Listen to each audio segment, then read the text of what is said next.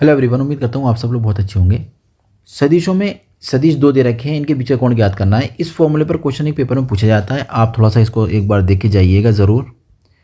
ठीक है, तो यहाँ सबसे पहले क्या हम मान लेते हैं, मान लेंगे कि एक वेक्टर जो हमने माना फर्स्ट वाला उसको ए बोल दिया, उसकी वैल्यू है -2i + j और 3k है। जो बी वेक्टर है उसकी वैल्यू को हम लोग मान लेंगे 3i है, -2j है और k है। अब क्या इनके बीच का हमें कोण निकालना है ना, तो हम लैंग्वेज यहाँ यूज़ कर लेंगे। माना वेक्टर ए तथा वेक्टर बी के बीच का कोण थीटा है। ठीक, कोई दिक्कत नहीं है। ये जो फॉर्मूला, ये मेन फॉर्मूला है, इसके ऊपर सवाल हर पेपर में मैं देख रहा हूँ मिल ही रहा है। कभी ना कभी कुछ ना कुछ आपको मिल ही जाएगा इसके बारे में, तो एक बार ज़रूर इस फॉर्मूला को याद करके जाइएगा। क्या होता है, ए डॉट बी यानी कि सदिश ए डॉट सदिश बी का डॉट ए का मॉड बी का मॉड और कॉस थीटा। कितना आसान है ना। अब यहाँ ए का मान डाल दीजिए, जो ए का मान आपको दे रखा है। ठीक है, ठीक, बी का मान डाल दीजिए, बी का मान जो आपने नोट किया वो लिख दीजिए। फिर ए का मॉड माइनस का 2i था ना, माइनस का 2i और प्लस का j और 3k है। यहाँ b का मॉड ले लीजिए, b का मॉड था 3i माइनस के 2j और k ले लीजिए और cos थीटा।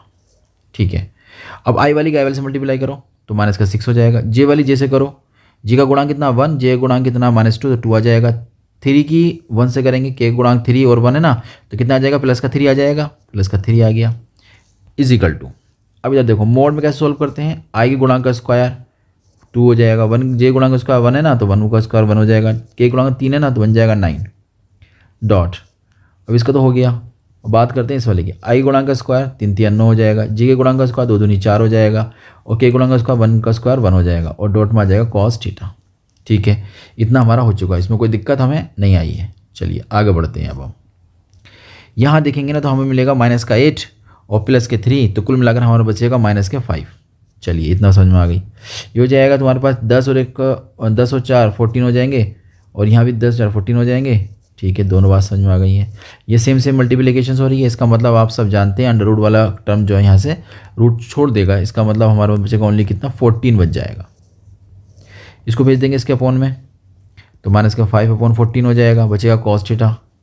हमें चाहिए सिर्फ थीटा का मान, तो कोस को भी क्या करना पड़ेगा, हमें इधर भेजना पड़ेगा। ठीक है, तो कोस को भेज दीजिए आप, तो इधर हो जाएगा cos इनवर्स -5/14 ब्रैकेट बंद बराबर थीटा। एक बार थोड़ा सा और थीटा बराबर लिख दीजिए cos inverse 5/14 with negative sign, है ना। तो इस तरीके से ये क्वेश्चन आपका सॉल्व हुआ। उम्मीद करता हूँ ये क्वेश्चन आपकी समझ में आ गया होगा। हम लोग मिलते हैं नए क्वेश्चन के साथ।